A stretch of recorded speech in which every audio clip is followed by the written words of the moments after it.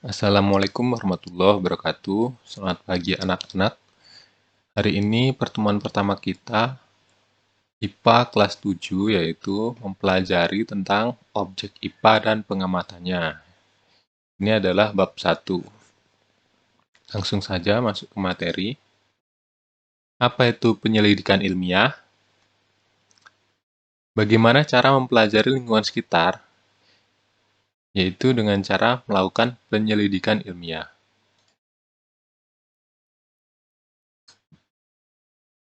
Penyelidikan ilmiah itu ada beberapa tahap. Yaitu yang pertama adalah mengamati.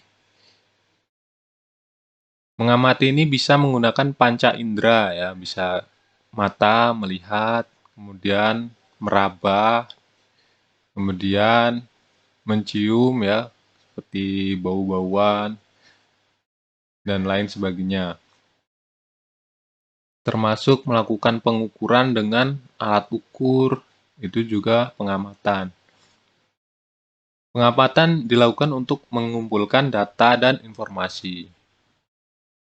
Contohnya kalau kita mau mengamati tentang pohon, kita lihat tingginya gitu kan. Terus pohon itu mempunyai bau apa gitu. Nanti kita bisa tahu itu jenis pohon apa. Kemudian selanjutnya adalah membuat inferensi. Apa itu membuat inferensi? Itu merumuskan penjelasan berdasarkan pengamatan. Penjelasan ini digunakan untuk menemukan pola-pola atau hubungan antar aspek yang diamati dan membuat perkiraan. Itu ya. Merumuskan penjelasan berdasarkan pengamatan. Setelah kita amati tadi kan, ini tadi kita lihat pohonnya. Pohonnya ini daunnya bentuknya kayak apa? Oh, bentuknya ini kayak jari 5, ya kan? Terus kayak apa lagi? Terus ternyata bisa dikunyah, bisa dimasak. Oh, ternyata itu daun singkong. Itu contohnya kan nanti bisa kita tahu. Hubungannya, hubungan antara aspek ini maksudnya ini bisa kita amati dengan yang sebelum-sebelumnya. Kemudian yang ketiga, mengomunikasikannya. Yaitu setelah kita amati, kita komunikasikan. Mengomunikasikan hasil penyelidikan baik lisan maupun tulisan. Kita bisa ungkapkan atau kita tulis hasil penelitian kita gitu. Hal yang dikomunikasikan termasuk data yang disajikan dalam bentuk tabel, bisa dalam bentuk tabel, terus grafik, dan gambar gitu. Itu namanya mengomunikasikan, menyampaikan hasil penelitian. Nah, ini Badan Meteorologi, Klimatologi, dan Geofisika ini adalah yang mengamati tentang gempa bumi. Ya, ini dia bagaimana BMKG mengetahui besar kekuatan gempa bumi. Ya, dia melakukan pengamatan pada gunung yang mau meletus gitu mungkin ya. Terus prediksi ini kan pernah dengar kan? Eh, Minggu ini akan menjadi potensi tsunami karena gempanya segini. Nah, itu namanya dia melakukan pengamatan, prediksi, terus mengomunikasikan ke khalayak umum. Makanya kita bisa waspada ketika ada gempa biar tidak tsunami menerpa kita gitu. Nah, sikap yang dimiliki oleh seorang peneliti, dia harus teliti, harus sabar, ya. Rasa ingin tahunya harus tinggi biar kita dalam mengamati itu bisa teliti ya. Teliti, sabar, rasa ingin tahunya tinggi, kemudian objektif dan tenang. Tidak terburu-buru ya, tenang. Objek IPA. Apa sih objek IPA itu?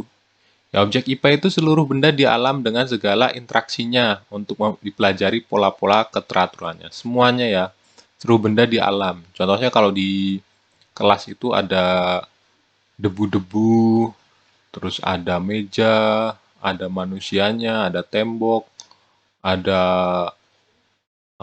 cicak, itu semualah benda yang ada nih. Benda kan ada yang hidup dan tak hidup ya, itu contoh-contohnya. Kalau tak hidup itu ada apa tadi, debu, kerikil, dan lain sebagainya. Nah, IPA. IPA itu adalah kumpulan dari berbagai macam mata pelajaran ya. Ini yang bisa dipelajari dalam IPA ini apa aja? Yaitu yang kimia, ada biologi, ada fisika, ya kimia, biologi, fisika, terus ilmu bumi dan antariksa. Ya. Jadi di IPA itu ini yang dipelajari, dan di kelas 7 ini nanti akan mempelajari semua, tapi hanya kulitnya saja. Maksudnya gimana? Ya hanya sebagian kecilnya saja. Nanti nanti di SMA baru kalian akan fokus ada mata pelajaran sendiri, kimia, biologi, fisika, dan bumi antariksa ini biasanya di geografi biasanya. Kalau di kelas di SMP hanya IPA saja digabung karena hanya kuritnya sedikit-sedikit.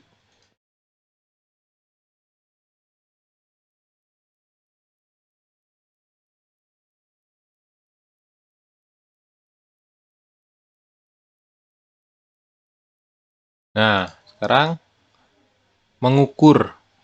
Bagaimana pengukuran sebagai bagian dari pengamatan ya? Mengukur itu sebagian bagian dari sebuah pengamatan. Apa itu mengukur? Yaitu membandingkan suatu besaran yang diukur dengan besaran sejenis yang dipakai sebagai satuan. Contoh ini, mengukur panjang meja kan macam-macam. Bisa pakai jengkal, bisa pakai meteran, bisa pakai kaki ya kan. Ya, umpamanya di sini 10 jengkal nih panjang panjang mejanya. Terus pakai meteran itu ternyata 2,5 meter gitu, 2,5 meter. Itu membandingkan macam-macam satuan. Panjang meja itu berapa jengkal ya? Umpamanya 10 gitu. Atau 7 jengkal. Nah, ya benda yang diamati. Contoh, kita mengamati orang. Terus besaran yang dapat diukur apa? Tingginya, berat badannya itu bisa diukur. Nah, besaran yang tidak dapat diukur apa? Kebahagiaan orang itu, bahagianya, marahnya, sedihnya, ya itu tidak dapat diukur. Jadi apa itu besaran? Nah, besaran itu adalah segala sesuatu yang dapat diukur ya. Segala sesuatu yang dapat diukur. Contohnya dari yang ini apa tadi? Dari orang ini. Yang bisa diukur apa? Tingginya, beratnya ya. Yang tidak dapat diukur bagiannya. Berarti ini besaran bukan? Ya, tidak bisa dimasukkan dalam besaran di IPA ya. Tidak dapat karena tidak dapat diukur. Kalau tingginya bisa nggak? Bisa. Tingginya umpamanya 2 meter gitu kan. Terus beratnya umpamanya 550 Newton ya. Kalau kalau di masyarakat awam kan bilang berat kan ini ya kilo ya, 55 kilo gitu. Padahal itu massa ya. Jadi massanya berapa? 55 kilo. Bisa kita bilang berat badannya 55 kilo gitu lah, nggak apa-apa. Ya, jadi apa itu besaran tadi? Segala sesuatu yang dapat diukur. Nah, ini ciri-ciri besaran. Ciri-ciri besaran fisika itu ini, ada 3, yaitu dapat diukur, memiliki satuan, dan dinyatakan dengan angka. Dapat diukur, kita ambil lagi di sini. Dapat diukur nggak ini? Orang bisa apanya? Tingginya, ya, memiliki besaran, dan memiliki satuan tingginya apa? Satuannya meter. Nah, nanti kita akan belajar tentang besaran dan satuan. Nah, besaran dalam IPA itu apa aja? Ada besaran pokok, turunan, vektor, dan skalar. Nah, nanti kita akan pelajari. Besaran pokok itu terdiri dari apa aja? Ya, ini apa? Ini stopwatch. Stopwatch untuk mengukur waktu. Nah, ini termasuk besaran pokok adalah waktu. Terus ini apa? Penggaris. Mengukur panjang. Panjang juga besaran pokok. Ini apa? Massa. Massa jadi berat badan orang massa ini termasuk besaran pokok. Ini ukur apa? Ukur suhu badan. Nah, berarti suhu. Suhu adalah besaran pokok. Ini apa? Intensitas. Ini arus listrik. Ya, jadi arus listrik ini besaran pokok. Kemudian ini intensitas cahaya bisa diukur.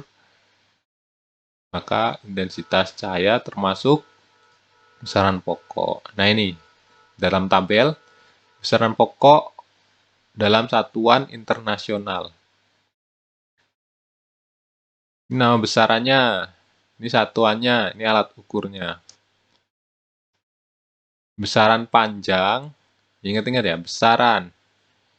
Itu ada 7 pokok. Panjang, massa, waktu, suhu, kuat arus, jumlah zat, intensitas. Nah, ini masing-masing punya satu satuan. Panjang satuannya meter, alat ukur penggaris. Ini contohnya alat ukurnya banyak ya, nggak cuma penggaris ya, panjang itu ya. Ada meteran, ada penggaris. Panjang, alat satuannya meter, massa kilogram. Nah ini dihafalkan ya, dihafalkan ketujuh ini. Ini dari nama besaran dan satuannya. Ini yang Bapak kotak ini.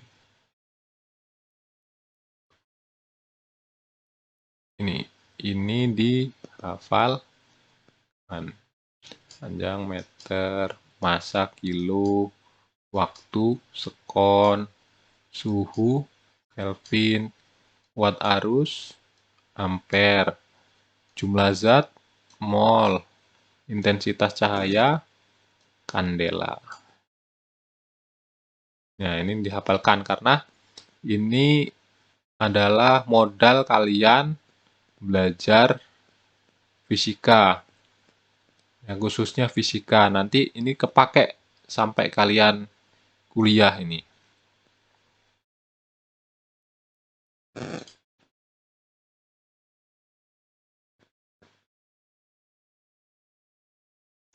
Nah, ini ada soal tugas untuk kalian hari ini.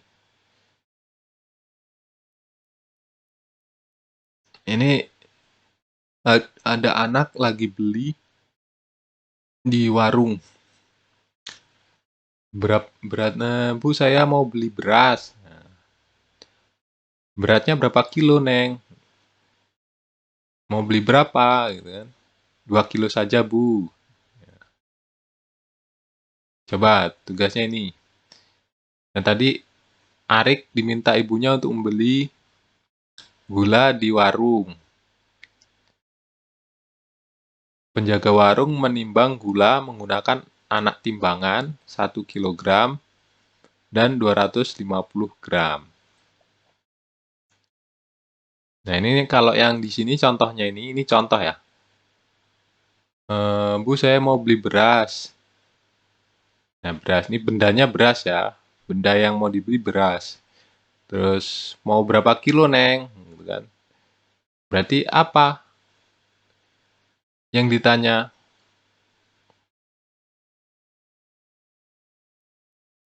Ya, yang ditanya adalah berapa kilogramnya. Berapa masanya ya? Massa beratnya berapa? Massa berasnya berapa? Nah, 2 kilo saja, Bu. 2 kilogram adalah satuannya. Jadi yang ditanyakan besarannya adalah massa.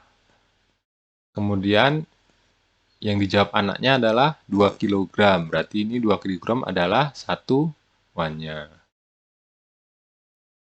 Nah, tugas kalian coba ini Arik diminta ibunya untuk membeli gula di warung. Penjaga warung menimbang gula menggunakan anak timbangan 1 kg dan 250 gram.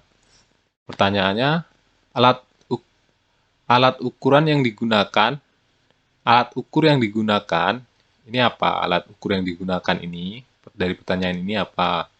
Apakah yang dilakukan penjaga warung dalam mengukur pengukuran tersebut? Ya.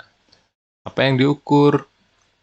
Ini apakah yang dilakukan penjaga warung dalam pengukuran tersebut ini? Dia ngapain gitu kan? Kalau mau eh, untuk mengukur gula ini ya. Terus apakah yang diukur?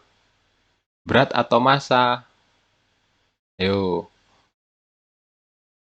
yang benar yang mana? Jangan lupa yang dipakai adalah satuan internasional. Nah, satuan internasional dari